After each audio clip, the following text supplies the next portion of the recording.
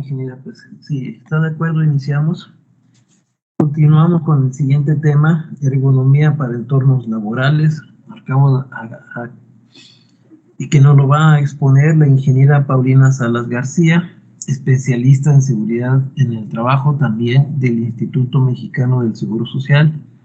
Bienvenida, ingeniera Paulina. Muchísimas gracias. Muchas gracias. Por su participación. Adelante. Gracias, licenciado. Bueno, pues primero que nada, muy buenos días a todos.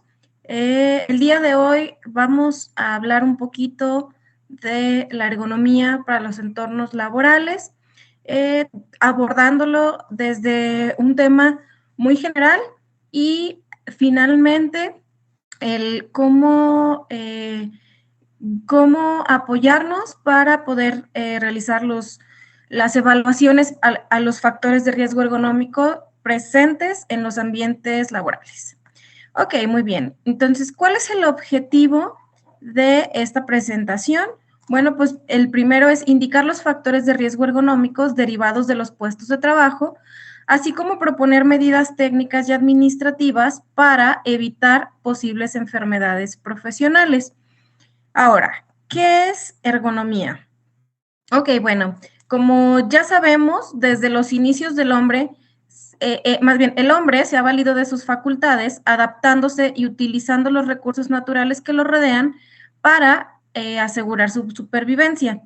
De ahí se han ido adecuando productos, sistemas y entornos artificiales a las necesidades, limitaciones y características de los usuarios. Aquí podemos verlo, por ejemplo, a partir de el desarrollo o la elaboración de herramientas para poder hacer los procesos o las actividades de forma más fácil y con esto cada vez ir avanzando poco a poco en estos diseños de herramientas, de máquinas, etcétera, para ir haciendo cada día el trabajo o estas actividades, procesos mucho más fáciles. Entonces, en el tiempo que tiene de existencia la ergonomía, ha tenido una gran diversificación y tomó posesión de nuevos campos como productos del consumidor en el hogar, en las escuelas, en los deportes. A veces nos preguntamos, bueno, en el hogar, ¿dónde podemos ver ergonomía? O en el día a día. Por ejemplo, yo siempre comento acerca, un ejemplo así bien claro, puede ser un coche y cómo a través de los años han ido haciendo mejoras, por ejemplo, en un asiento, en el volante para que quede lo más cerca de la persona, el que el volante pueda ser ajustable dependiendo de las características de cada usuario, los pedales, etcétera. Igualmente en las escuelas o en los deportes. Ahora, básicamente, hablando de la palabra como tal o el significado de ergonomía, se remonta, bueno, o más bien está dividida en ergos y nomos. Ergos es estudio y nomos persona, es decir, estudio del trabajo. Y bueno, otra de las definiciones que tenemos de ergonomía es aquella disciplina interesada en la comprensión de la interacción entre los seres humanos y los elementos de un sistema. Uno de sus principales objetivos es asegurar que los trabajos puedan ser realizados por las personas de una manera segura, eficiente, efectiva y, bien importante, sin molestia ni dolor. Dentro de las definiciones que también encontramos, tenemos esta de la Organización Internacional del Trabajo, en donde nos dice que la ergonomía es el estudio del trabajo en relación con el entorno en que se lleva a cabo, es decir, el lugar de trabajo y con quienes lo realizan, en este caso, los trabajadores. Asimismo, se indican dentro de los principales objetivos que tenemos en la ergonomía. Uno de ellos va a ser seleccionar la tecnología más adecuada al personal que esté disponible, controlar el entorno del puesto de trabajo, detectar los riesgos de fatiga física y mental, analizar los puestos de trabajo para definir los objetivos de la formación, optimizar la interrelación de las personas disponibles y la tecnología utilizada, así como favorecer el interés de los trabajadores por la tarea y por el ambiente en el que se están desarrollando. Ahora, de ahí surge la pregunta, ok, ergonomía, ya sabemos, va a ser esta relación entre el trabajo y el hombre, la interacción entre el sistema, el proceso y el trabajador, y de ahí nos surge, ¿qué serán entonces los factores de riesgo ergonómico? Bueno, en este pequeño subtema vamos a ver las definiciones, cuáles son los principales factores de riesgo ergonómicos presentes en los ambientes laborales, algunos métodos de evaluación ergonómica, las lesiones más comunes y medidas de prevención. Entonces, si nos vamos o nos remontamos a lo que es la normativa aplicable a factores de riesgo ergonómico, bueno, dentro de lo que es el Reglamento Federal de Seguridad y Salud en el Trabajo, nos dice que son aquellos que pueden conllevar sobreesfuerzo físico, movimientos repetitivos o posturas forzadas en el trabajo desarrollado con la consecuente fatiga, errores, accidentes y enfermedades de trabajo derivado del diseño de las instalaciones, maquinaria, herramienta y puestos de trabajo. Dentro de este reglamento, el reglamento nos dice en el artículo 42, nos indica lo siguiente, que todos los centros de trabajo o los patrones deberán como una obligación, 1, contar con un análisis de los factores de riesgo ergonómico presentes en cada puesto de trabajo. 2, adoptar medidas preventivas para mitigar los factores de riesgo ergonómico en sus instalaciones, maquinaria, equipo o herramientas del centro de trabajo. Y 3, practicar exámenes médicos al personal ocupacionalmente expuesto. En estos exámenes médicos, bueno, se indica que deben de ser iniciales y subsecuentes, es decir, periódicos. Y luego, en el punto 4 de este artículo, nos dice que también es una de las obligaciones informar a los trabajadores sobre las posibles alteraciones a la salud por la exposición a los factores de riesgo ergonómico, capacitar al personal ocupacionalmente expuesto sobre las prácticas de trabajo seguras y finalmente llevar los registros sobre las medidas preventivas adoptadas y los exámenes médicos practicados, porque es bien importante hacer énfasis en esto de los registros y los exámenes médicos practicados. Bueno, aquí es de vital importancia el que ustedes como empresas tengan primero, sí, el control del trabajador para poder verificar que el trabajador esté sano y que al desarrollo de todas sus actividades día a día, bueno, pues continúe sano y no haya una merma en su salud o un desarrollo de un desorden musculoesquelético. Y también les sirve para también estar conscientes, por ejemplo, al momento de contratar algún trabajador nuevo, el estado de salud de ese trabajador y poderlo ubicar en el mejor puesto posible para él. Y también el saber cómo se va ese trabajador de mi empresa, si efectivamente tuvo algún daño derivado de la actividad que realizaba en el centro de trabajo. Ok, dentro de esto fue el Reglamento Federal de Seguridad y Salud en el Trabajo. Otro de la normativa aplicable en este concepto tenemos norma 036-1 STPS 2018, en la cual su objetivo principal es establecer los elementos para identificar, analizar, prevenir y controlar los factores de riesgo ergonómico en los centros de trabajo derivados, aquí sí, exclusivamente del manejo manual de cargas, a efecto de prevenir alteraciones a la salud de los trabajadores. Entonces, en esta norma también nos va a ayudar, pero como bien lo dice su objetivo, exclusivamente para los factores de riesgo ergonómicos asociados al manejo manual de cargas.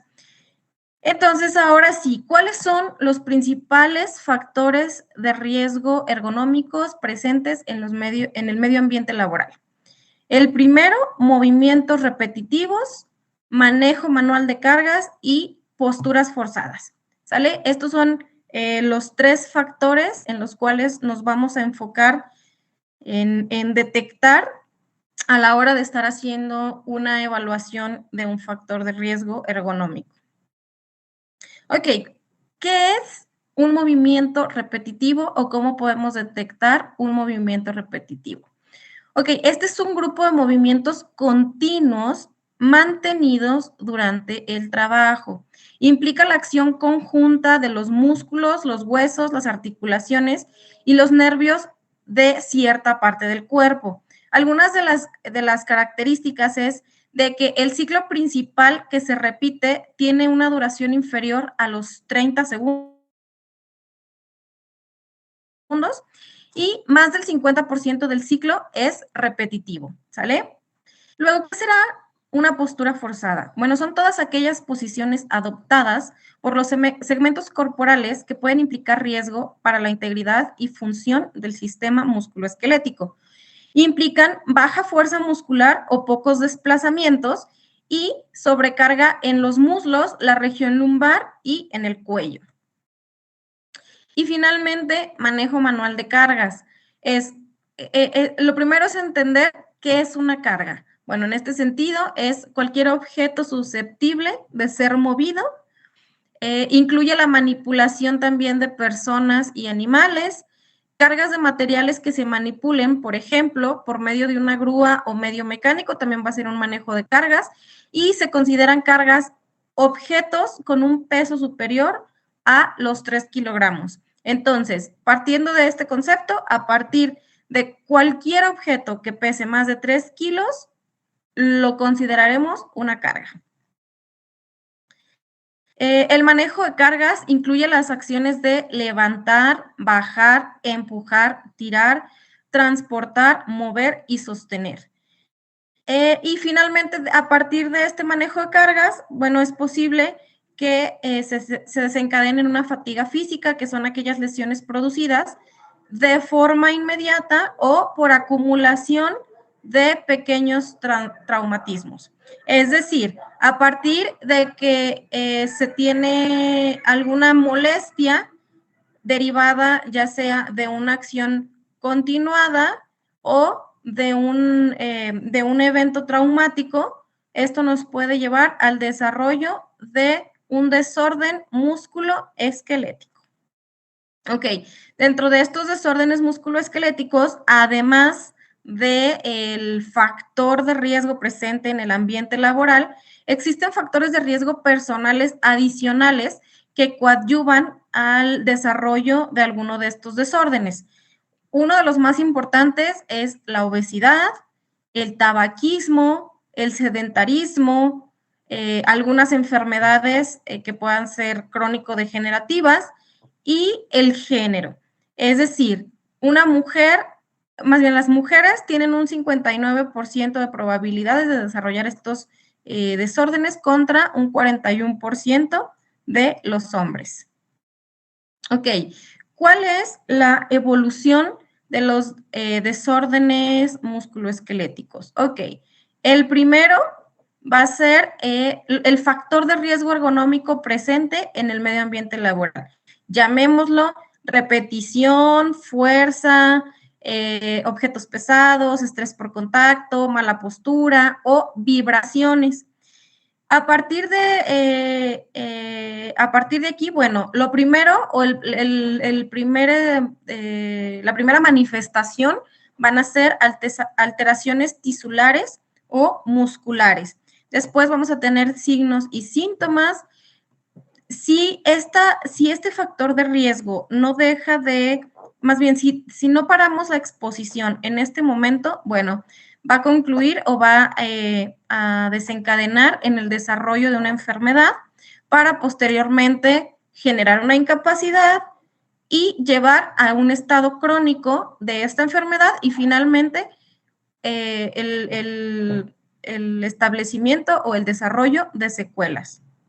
Entonces, en este proceso tenemos diferentes niveles de atención, es decir, en el primer nivel, en una atención o en una prevención primaria, lo primero que tenemos que hacer como promotores de la salud y como responsables de la seguridad e higiene es la promoción de la salud, así como la información, educación y capacitación a los trabajadores para evitar tener alguna alteración derivada de la exposición a factores de riesgo ergonómico.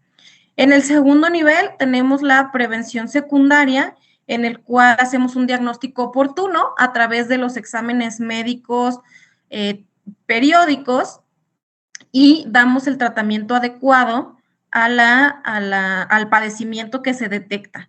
Y en el nivel terciario o en la prevención terciaria tenemos la rehabilitación y la reintegración de este personal o de estas personas que sufrieron alguna enfermedad a la vida laboral.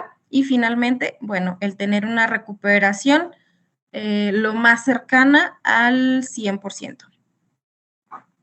Dentro de esto, bueno, podemos encontrar algunas de las lesiones más comunes. Encontramos el síndrome del túnel del carpo, que es una afectación en la cual existe una presión excesiva en el nervio mediano. Aquí podemos ver una pequeña imagen y esta se da a través, o más bien derivada, de movimientos repetitivos y sobre todo movimientos también de pinza. Después tenemos tendinitis de Kerbein, es un engrosamiento del tendón o de su vaina por causa aguda o traumatismos repetidos. Traumatismos repetidos pueden ser pequeños golpes, pequeñas vibraciones a las cuales pueda estar expuesta este trabajador y que se van, digamos, acumulando en el tendón.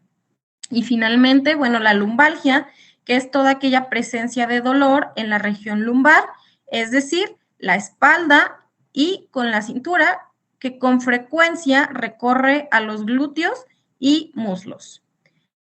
Algunos de los factores más importantes que pueden afectar la columna, bueno, es una mala postura, el tener como ya les decía, la obesidad y la falta de tono muscular, la cual afecta de forma importante porque la persona se vuelve más propensa a lesiones. Entonces, bueno, dentro de los estudios que han sido realizados y dentro de las polémicas que siempre se han generado derivadas del uso de fajas, bueno, estos estudios fueron realizados por el Instituto Nacional de la Salud y la Seguridad Ocupacional, NIOSH, Control de Prevención y Enfermedades, CDC, y este fue publicado en el 2000, en donde dice que no existe evidencia de que la faja lumbar reduzca las lesiones o dolores de espalda. El uso prolongado de fajas lumbares se asocia a efectos indeseables como la disminución de fuerza muscular, falsa sensación de seguridad, irritación cutánea y malestar en general. Es decir, más allá de tener un beneficio importante a través del uso de las fajas, bueno, pues se ha demostrado que el uso prolongado de estas trae efectos adversos importantes. Pero respecto en el área médica, bueno, la faja lumbar es utilizada como un elemento postoperatorio abdominal, cumpliendo con las siguientes funciones, y estas sí son comprobadas científicamente. Uno, minimiza las hemorragias, disminuye la inflamación, reduce los hematomas, disminuye los síntomas de molestia, favorece la retracción de la piel y previene las cicatrices hipertróficas. Y ahora sí, una vez que detectamos en nuestro ambiente laboral la existencia de o tenemos la sospecha de que existe alguno de los factores de riesgo ergonómicos anteriormente mencionados, bueno, ¿qué vamos a hacer con ellos o cómo vamos a evaluarlos de forma de saber qué nivel de riesgo tiene ese puesto de trabajo? Ok, lo primero es importante mencionar que los métodos de evaluación ergonómica permiten, uno, identificar y valorar los factores de riesgo asociados a las lesiones musculoesqueléticas laborales presentes en los puestos de trabajo. En base a los resultados obtenidos de estas evaluaciones, será necesario plantear opciones de rediseño que reduzcan el riesgo y lo sitúen en niveles aceptables de exposición para el trabajador.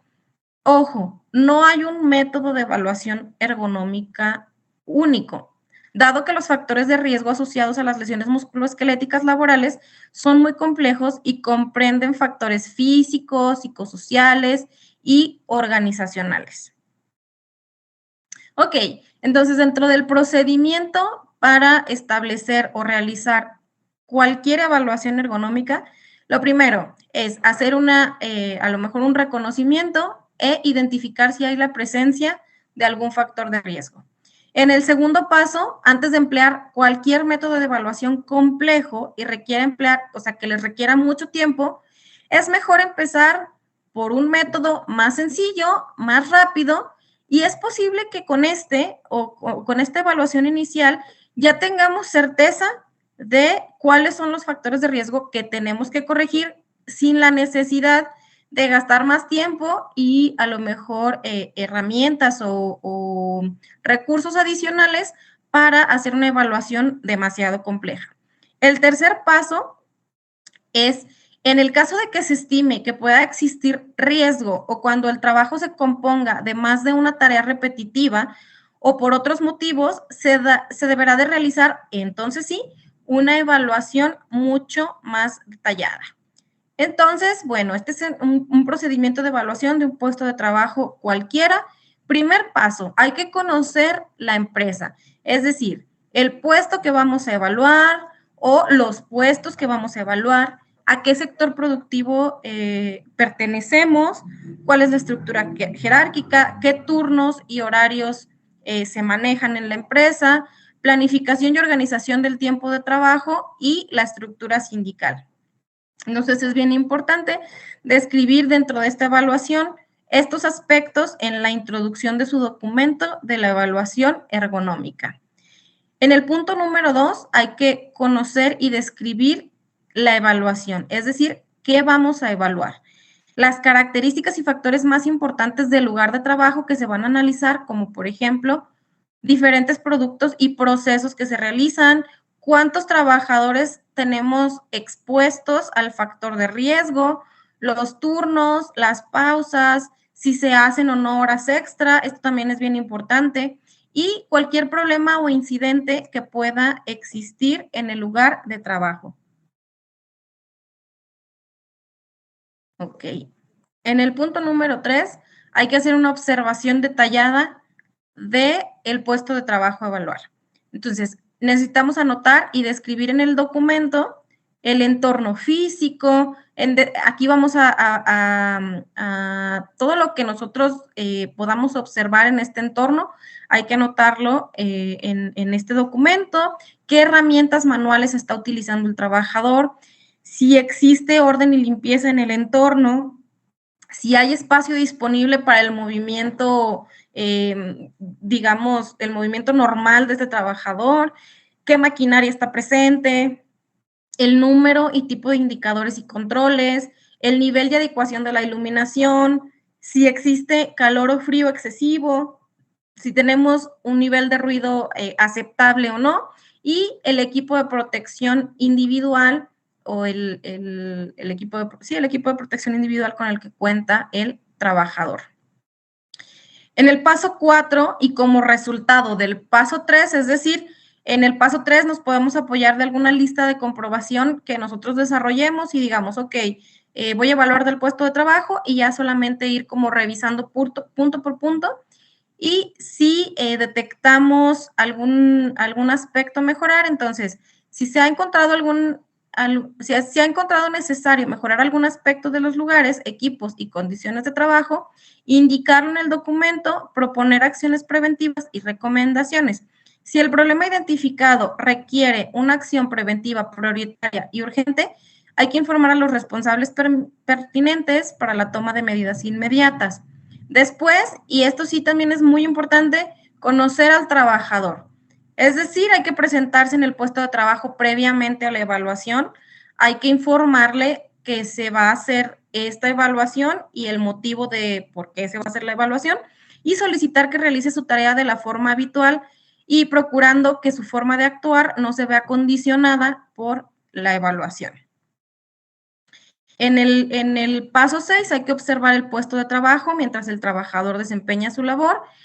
De preferencia, realizar grabaciones en video si lo considera necesario, analizar el número de tareas distintas realizadas, medir los tiempos empleados en cada una de ellas y vuelque esta información en su documento de evaluación. Bien importante que en el momento que realicen alguna grabación o la toma de alguna fotografía, igualmente se le indique al trabajador tratar de que no se vea su rostro y a medida de lo posible y en donde el puesto lo permita, tratar de hacer estas grabaciones de frente y lateral y nunca de espalda al trabajador. En el punto número 7, determinando el número de tareas distintas realizadas por el trabajador. Es decir, hay que analizar y describir con cuidado cada una de las tareas que realiza ese trabajador o ese puesto de trabajo. Establezca los factores de riesgo ergonómico que están presentes en cada una de ellas e indicar en el documento de trabajo el desglose en las tareas y factores de riesgo ergonómico de cada tarea. Es decir, si ese trabajador en su jornada realiza 10 actividades diferentes, hay que evaluar esas 10 actividades e identificar en cuáles sí y en cuáles probablemente no esté expuesto a los factores de riesgo ergonómico para posteriormente evaluarlos de forma individual por actividad.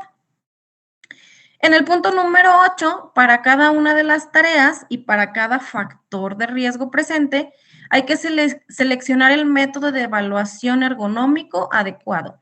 Bien importante, no podemos utilizar el mismo método para todos los puestos de trabajo, ni el mismo método para todas las actividades, ¿sale? Hay diferentes, ahorita lo vamos a ver, diferentes métodos, diferentes procedimientos de los cuales podemos echar mano, pero una evaluación ergonómica no puede ser general ni igual en todos los puestos de trabajo porque cada actividad es diferente. Entonces, cada tarea puede precisar ser analizada con varios métodos si presenta varios factores de riesgo distinto. Es decir, si en la misma actividad observamos que ese trabajador realiza movimientos repetitivos y al mismo tiempo está en una postura forzada y en otra actividad posterior hace un manejo manual de cargas, en ese caso tendremos que analizar cada factor de riesgo con un método diferente, ¿sale? Y finalmente, en el punto 9, durante la realización de cada tarea y según los métodos de evaluación escogidos, realice la toma de datos y mediciones, es decir, ángulos, distancias, pesos de las cargas, etcétera. Aquí también se pueden apoyar en la toma de fotografías para documentar esta evaluación y finalmente anotar esta información en una hoja de campo. En el punto número 10, con los datos obtenidos, aplique cada método de evaluación. Si en algún caso el nivel de riesgo no es tolerable, proponga medidas correctivas o un rediseño del puesto y exponga toda esta información en su documento de la evaluación ergonómica. Y finalmente, redacte en su documento las conclusiones de dicha evaluación. Indique los problemas detectados y las medidas correctivas propuestas, así como el tiempo en el que se tienen que llevar a cabo y el responsable de cada una de estas medidas.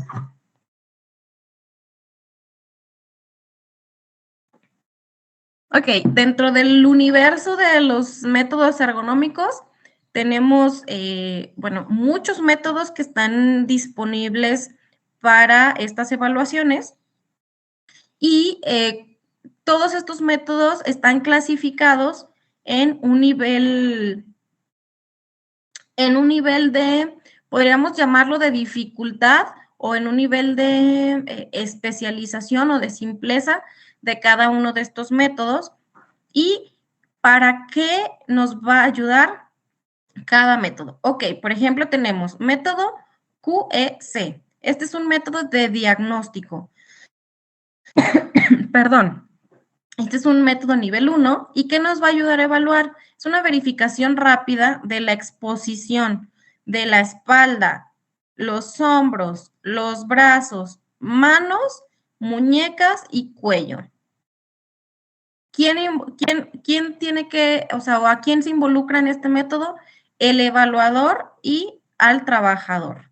Después tenemos el método nórdico, que también es un nivel 1, y este simplemente se trata de un cuestionario de síntomas en el cual el evaluador cuestiona o aplica este cuestionario al trabajador sobre molestias, dolor, etcétera, en espalda, hombros, brazos, manos, muñecas y cuello.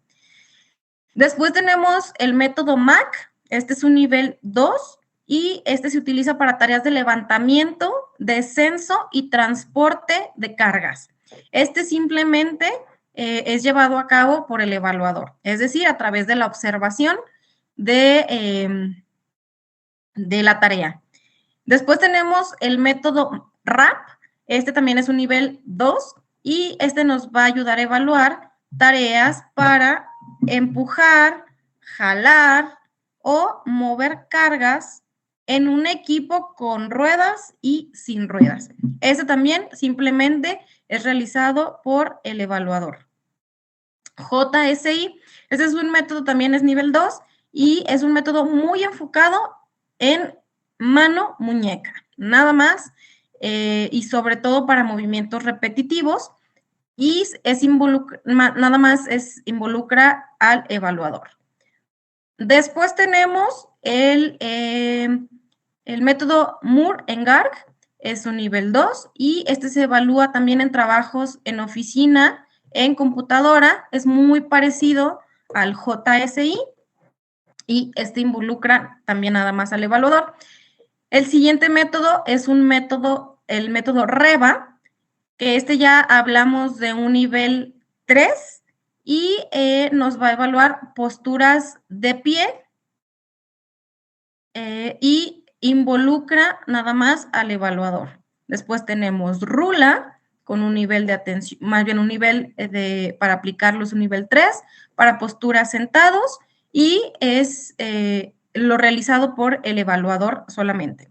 Después tenemos el método OWASP, un nivel 3, manejo manual de cargas, evalúa el nivel del riesgo. Este método es, a mí me gusta mucho porque este método nos va permitiendo evaluar dentro de una misma actividad las diferentes posturas y al final hacer como un promedio de las posturas llevadas a cabo por el trabajador para que nos arroje un nivel de riesgo general de la actividad. Igual esta es realizada solamente por el evaluador. Después en un nivel 3 tenemos el método NIOSH para levantamiento de cargas realizado por el evaluador. Nivel 3, este es el método ISO 11228-2 2007, también para el manejo manual de cargas realizado por el trabajador. Por el evaluador. Y finalmente, dentro de estos métodos que, como les comento, están disponibles en internet, ustedes los pueden verificar en diferentes lugares o fuentes de información y generalmente pues vienen detallados cómo realizarlos, pero también algunos de estos métodos están disponibles en la plataforma de elsa.ims.gov.mx como parte de las herramientas de apoyo para la evaluación de los puestos de trabajo. Es decir, tenemos algunos documentos o algunos formatos disponibles para la evaluación de factores psicosociales y ergonómicos. Es decir, para la evaluación de las líneas 2 y 4 de esta plataforma de ELSA. Entonces, una vez que ustedes ingresan a la plataforma, hay una sección que se llama herramientas de apoyo para la evaluación de los puestos de trabajo, y en esa ventana seleccionan el factor de riesgo que ustedes quisieran evaluar y, por ejemplo, como les digo, factores de riesgo psicosocial, y vamos a tener las guías de referencia tanto 2 y 3 de la norma 35 que pueden utilizar y pueden descargar para, en caso de que ustedes así lo requieran. Y en el caso de los factores de riesgo ergonómico, bueno, ahorita vamos a ver cuáles métodos tenemos disponibles en la plataforma. Obviamente los objetivos de este apartado de la plataforma es proporcionar instrumentos de evaluación que permitan clasificar el grado de exposición de los trabajadores a los factores de riesgo ergonómico, y que las empresas cuenten con las guías 2 y 3 contenidas en la norma 35 de la Secretaría del Trabajo y Previsión Social. Entonces, las herramientas disponibles son las siguientes. Para los factores de riesgo psicosocial tenemos guía de referencia 2 y guía de referencia 3. Como ya sabemos, estas se aplicarán dependiendo del número de trabajadores que tengamos en nuestra empresa.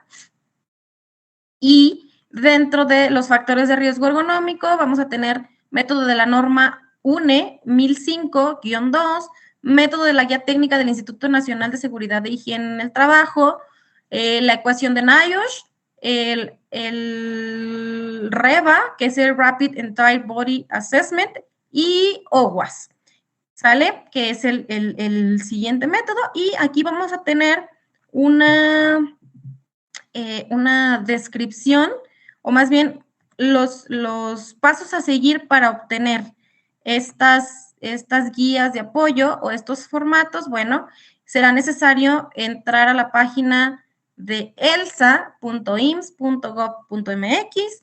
Hay que ingresar en esta plataforma, acceder al apartado entornos laborables. Para poder acceder, bueno, creo que ya todos saben, hay que ingresar con, en el caso de que se hayan dado de alta en nueva normalidad, con su misma contraseña, y el usuario va a ser su registro patronal.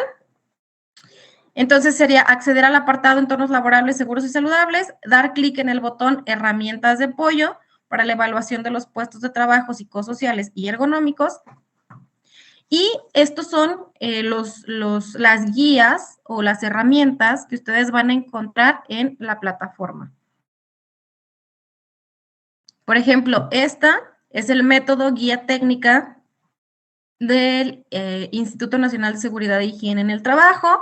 Este ya es como su hoja de campo, en la cual pueden poner, vienen en un formato de Excel para que ustedes los puedan modificar y trabajar, el puesto de trabajo, la fecha de evaluación, descripción de la tarea, y aquí ya nos marca qué tiempos, el peso de la carga, la técnica utilizada, el tipo de agarre que tenemos, cada cuándo levantamos, y en caso de que queramos ahí agregar alguna de las fotografías, nos da los criterios para el cálculo del peso aceptable, nos marca el peso teórico de acuerdo a la postura o en donde el trabajador manipula la carga, qué tanto es el desplazamiento vertical de esa carga, qué tanto lo mueve el trabajador, si hay giro de tronco, el tipo de agarre, frecuencia de manipulación, peso real de la carga, peso teórico, etcétera. O sea, ustedes ya nada más van llenando datos, y el formato les va dando, pues les da el resultado del peso aceptable para esa actividad, ¿sale? Entonces, este es el método de la guía técnica del Instituto Nacional de Seguridad e Higiene en el Trabajo. Después tenemos el método NIOSH, y igualmente tenemos puesto de trabajo, fecha de evaluación, igual la descripción de las tareas y los criterios para el cálculo del índice de levantamiento. Igualmente aquí es vaciar los datos, las tareas que están llevando a cabo, el peso de la carga, cuánto dura la tarea, el tiempo de recuperación, frecuencia, tipo de agarre, todos los datos importantes para el desarrollo de este método. Y finalmente, aquí ya viene ¿cómo se llama? La fórmula. Y finalmente, después de vaciar toda la información, nos va a dar el índice de levantamiento compuesto, que este nos va a dar, bueno, más bien el índice de levantamiento general para el desarrollo más bien para la evaluación de cierta actividad. Después, dentro de estos mismos herramientas, vamos a encontrar el método norma UNE 1005-2. Igualmente, este se utiliza para el manejo manual de cargas y vamos a anotar los mismos datos en el principio y sustituir, o más bien asignar datos asignar valores a una fórmula que finalmente ya solamente hacemos una multiplicación y nos va a dar el índice de levantamiento simple para esa actividad y finalmente lo vamos a comparar con el nivel de riesgo, el índice de levantamiento contra el nivel de riesgo para arrojarnos si este riesgo va a ser bajo, si va a ser moderado, si va a ser inaceptable, si va a ser medio o si va a ser alto. Después vamos a tener el método OWASP, también esta ya es su hoja de campo, nos va dando el tipo de posiciones para cierta actividad y vamos descargando esta información en este pequeño formato acerca de la postura de esa actividad específica, el peso y finalmente descargamos toda esta información y podemos hacer uso de como el poder hacer el cruce más adelante, el cruce de información, nos da un valor y ese lo comparamos contra los niveles establecidos en el método. Y finalmente, el método REBA, el Rapid Entire Body Assessment, y es una evaluación rápida a cuerpo completo de la actividad que se está llevando a cabo. Lo divide el método en dos grupos, el grupo A, el grupo B. El grupo A va a estar enfocado en puntuaciones para piernas, tronco y cuello, y el grupo B, la puntuación de los miembros superiores, brazo, antebrazo, muñeca y hombro. Entonces, igualmente va a ser sustituir o ir como tachando los valores dependiendo de la postura del trabajador. Hacemos un cruce igual de información y nos va a dar puntuación para grupo A, para grupo B, y finalmente de ahí nos va a dar la puntuación del C y el nivel de riesgo al que está expuesto ese trabajador realizando esa actividad. Entonces, bueno, estas son las herramientas que están disponibles en la plataforma de ELSA, pues considero pues de mucha ayuda y muy importante que ustedes las puedan descargar, revisar y utilizar en sus centros de trabajo para poder hacer estas evaluaciones de forma mucho más sencilla y pues tenerlas para poder establecer y realizar acciones correctivas o preventivas en caso de ser necesario. Entonces, bueno, en esto de los factores de riesgo ergonómico, una vez que evaluamos, detectamos algunas situaciones anómalas, ¿qué medidas de prevención y control podemos adoptar? Aptitud física, y esta debe de ser avalada por un médico. Hay que establecer medidas de prevención o de seguridad, un programa de ergonomía, un procedimiento de seguridad para cada actividad que se vaya a realizar y medidas de control. Dentro de las medidas de seguridad generales para la prevención, será importante supervisar, realizar ejercicios de calentamiento, áreas de tránsito libres de obstáculos, contar con orden y limpieza, establecer periodos de descanso, a medida de lo posible que las cargas cuenten con elementos de sujeción, tener siempre mucho cuidado de las actividades aledañas al proceso que se está haciendo, Dentro de las medidas de seguridad hay que tener en cuenta materiales, los procesos, los equipos, las herramientas y maquinaria.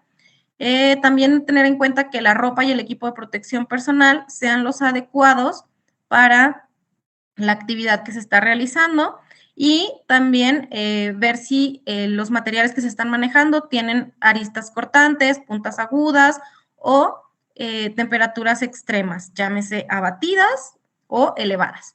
Asimismo, si el contenedor de la carga que estaremos manejando es algún contenedor de sustancias irritantes, corrosivas o tóxicas. Dentro del programa de ergonomía que podamos establecer y las medidas de control, tenemos tanto medidas administrativas como técnicas. Dentro de las administrativas, se encuentra la limitación de los tiempos y frecuencias en los que se realizan las actividades, programación de periodos de descanso, reprogramación y diversificación de actividades, así como rotación de actividades. Y dentro de las medidas técnicas, encontramos la modificación de los procedimientos, modificación, adecuación o sustitución de las instalaciones, procesos, maquinaria y equipos, así como el acondicionamiento, redistribución física de las instalaciones, procesos, maquinaria y equipos. Finalmente, bueno, para la vigilancia de la salud de los trabajadores, como ya les decía, bien importante, realizar exámenes médicos iniciales, un seguimiento clínico anual o periódico de la evidencia de signos y síntomas. Aquí nos podemos apoyar del cuestionario nórdico, después exámenes médicos periódicos, la aplicación de las acciones preventivas y correctivas con base a los factores de riesgo ergonómicos evaluados y exámenes médicos practicados, efectuada por un médico con conocimiento en medicina del trabajo. Bien importante que la vigilancia de la salud de los trabajadores sea realizada por un médico con conocimiento en medicina del trabajo. El expediente clínico de cada trabajador deberá ser almacenado por lo menos 5 años y el médico deberá determinar la aptitud física para un periodo de recuperación después de cualquier lesión. Y capacitación, bueno, bien importante, capacitar al personal ocupacionalmente expuesto, haciendo énfasis en la prevención de riesgos y en la tarea que va a desarrollar ese trabajador. La capacitación debe de ser teórica, práctica, evaluada, indicando los posibles efectos a la salud derivados de la actividad que realiza, enseñarlos a reconocer los factores de riesgo ergonómicos a los que están expuestos, las medidas de control y seguridad que deben de seguir, así como los procedimientos y prácticas seguras. La capacitación de los trabajadores debe de ser de nuevo ingreso, reforzar por lo menos cada 2 años, también revisar que las herramientas y el equipo estén en buenas condiciones, evidencia de condiciones seguras o inseguras y debe de ser en base a la evaluación médica aplicada.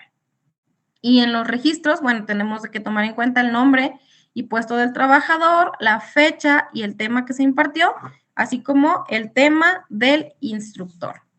Y bueno, como conclusión, como reflexión, bueno, yo les diría que a veces me siento mal, entonces acomodo la silla y me siento bien. Por mi parte, eso sería todo. No sé si alguno de ustedes tenga alguna duda, algún comentario.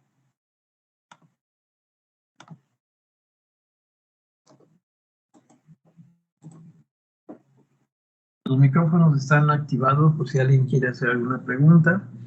Mientras en el chat, estimada ingeniera Paulina, dice, ¿qué significado tienen los niveles en los modelos ergonómicos? ¿Qué significado? ¿Sí? ¿Qué significado tienen? El significado de los niveles en los modelos ergonómicos es el nivel de dificultad que tiene la aplicación de ese método.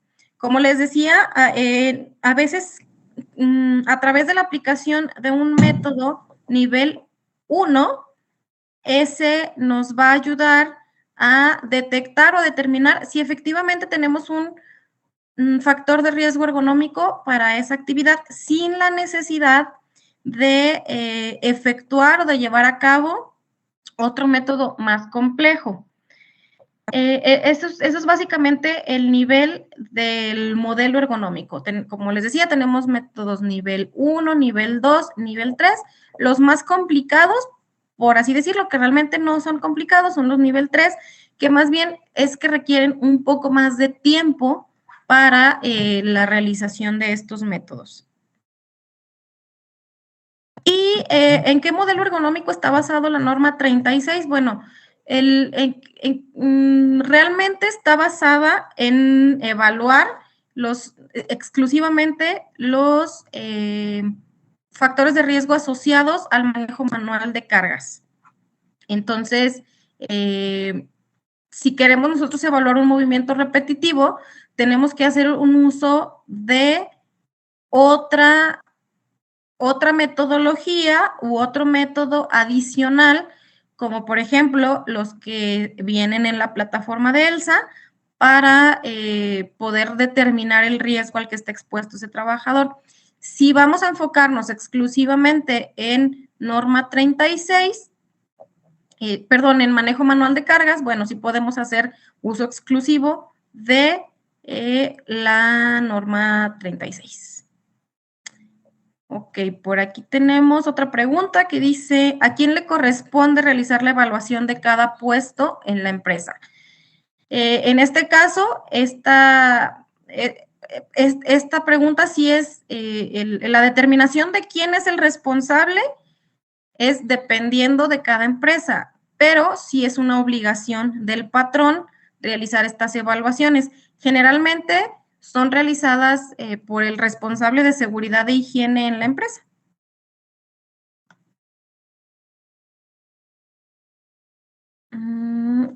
Otra pregunta dice, ¿cualquier persona puede realizar estos métodos y se requiere de alguna especialidad? Pues no, realmente no se requiere de alguna especialidad. Simplemente realmente cualquier persona los puede utilizar, pero sí es bien importante que la persona que los utilice sí tenga cierta experiencia, porque algunas de las situaciones que se manejan en los métodos son a veces muy subjetivas, es decir, de apreciación del evaluador. Por ejemplo, ¿qué les puedo decir? Si en el método me dice ritmo de trabajo, lento, moderado o rápido, en base a que el evaluador decidirá si ese ritmo efectivamente es lento o es rápido. A lo mejor para el trabajador puede ser pues moderado porque él ya está acostumbrado a hacerlo, pero si yo lo veo, para mí puede ser muy rápido. Entonces aquí es donde sí entra la experiencia del evaluador, pero con un poquito de bibliografía y con un poquito de estudiar cada uno de los métodos, es posible que cualquier persona los pueda utilizar para el poder realizar estas estimaciones del riesgo, y si encontramos que efectivamente existe este factor asociado a esa actividad presente en el ambiente laboral, entonces poder llevar a cabo acciones tanto preventivas como correctivas.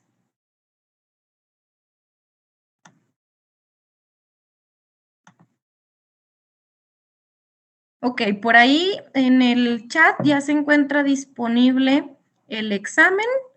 No sé si alguno de ustedes tenga otra pregunta.